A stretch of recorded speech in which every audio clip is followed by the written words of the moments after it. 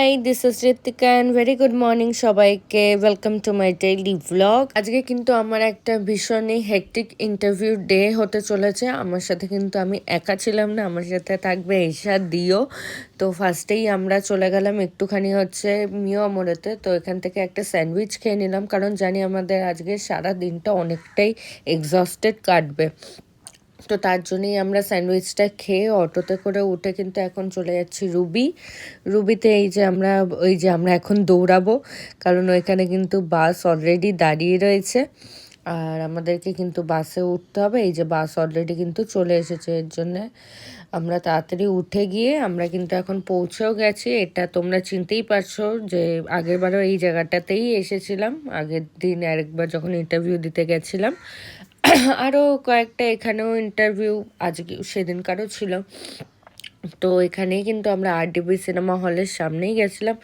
এখন এত রোদের তাপমাত্রা আর মানে বাসে এত ভিড় ছিল যে কিছু তো করার নেই, আমাদেরকে করতেই হবে, কারণ সবসময় তো অ্যাফোর্ড করা যায় না যে সবসময় আমরা উবের বা কিছু একটা, যাতে আমরা আমাদের বেশি কষ্ট না হয় সেই জিনিসগুলো করতে।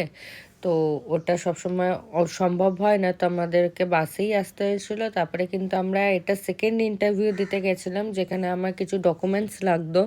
তো সেই ডকুমেন্টসগুলোই আমি করাচ্ছিলাম, করিয়ে কিন্তু এখানেও ইন্টারভিউ দিতে হয়নি, কারণ এখানে 2.5 থেকে 3 ঘন্টা আরও অনেকজন ছিল যারা ইন্টারভিউ দেওয়ার জন্য দাঁড়িয়েছিল। তো ওরা কিন্তু ওদেরকে দেখে আমরা আবার বেরিয়ে গেছি। তো এখানে কিন্তু আমরা তারপর ডমিনোজে চলে এসেছিলাম। আর ডমিনোজে এসে আমরা একটা চিকেন সসেজ পিৎজা আর এটা অনিয়ন পিৎজা ছিল, আর ওটা বারবিকিউ পিৎজা ছিল।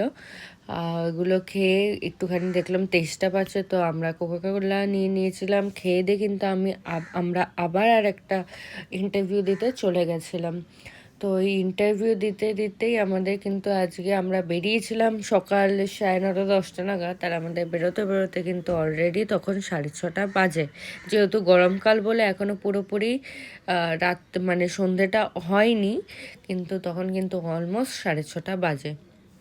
আর এখানে আমরা বাসের জন্য দাঁড়িয়েছিলাম, বাসও পেয়ে গেছি। বাসের জন্যও আমাদেরকে, যেখানে আমরা দাঁড়িয়েছিলাম সেখান থেকে কোনো বাস যায় না, বাট আমরা যখনই আসি তখন আমাদেরকে ওইখানেই বাস নামায়, কেন জানি না। সবাই বললো যে ওইখান থেকে বাস যায় না রুবি। তো আমাদেরটা প্রায় 1.5 কিলোমিটার আমাদেরকে হাঁটতে হয়েছে, হেঁটে আমরা একটা জায়গায় পৌঁছাই যেখান থেকে রুবির বাস ছাড়লো অ্যাট লাস্ট। তো এখানে কিন্তু আমরা উঠে গেছিলাম, উঠে আমি একটা বসার সিট পেয়েছিলাম অনেকক্ষণ পর। তো বসে এখন যাচ্ছি। আর সবথেকে বড় কথা হচ্ছে এটা ছিল একটা গভর্নমেন্ট বাস, যেখানে কিন্তু আমাদের টিকিট নেয়নি লেডিস, ওমেনদের টিকিট নেয়নি, লেডিসদের। তো এখানে এই টিকিটটাই দিয়েছিল। তো যাই হোক, এটা দেখে নতুন কিছু হলো। তারপরে কিন্তু আমরা রুবিতে নেমে আবার আমাদেরকে আরেকটা বাস করতে হয়েছিল 47B, যেটা আমাদের বাড়ির ওইদিকে যায়।